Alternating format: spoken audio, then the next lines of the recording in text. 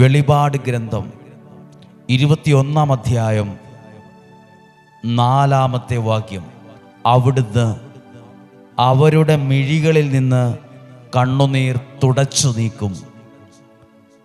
അവിടുന്ന് അവരുടെ കണ്ണിൽ നിന്ന് കണ്ണുനീർ തുടച്ചു നീക്കും.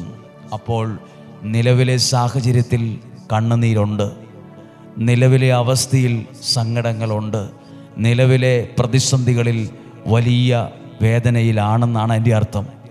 അപ്പോൾ ദൈവം പറയുകയാണ്, നിന്റെ കണ്ണുനീർ ഞാൻ തുടച്ചു മാറ്റുമെന്ന്. ദൈവത്തിൻ്റെ കരം നിൻ്റെ അടുത്തേക്ക് നീളുന്ന സമയമാണിത്. ദൈവത്തിൻ്റെ കരം നീ അനുഭവിച്ചറിയുന്നൊരു സമയമാണിത്. വചനം നിന്നോട് പറയുന്നു, നിൻ്റെ മിഴികളിൽ നിന്ന് കണ്ണുനീർ തുടച്ചു നീക്കും. ഇനി മരണം ഉണ്ടായിരിക്കുകയില്ല.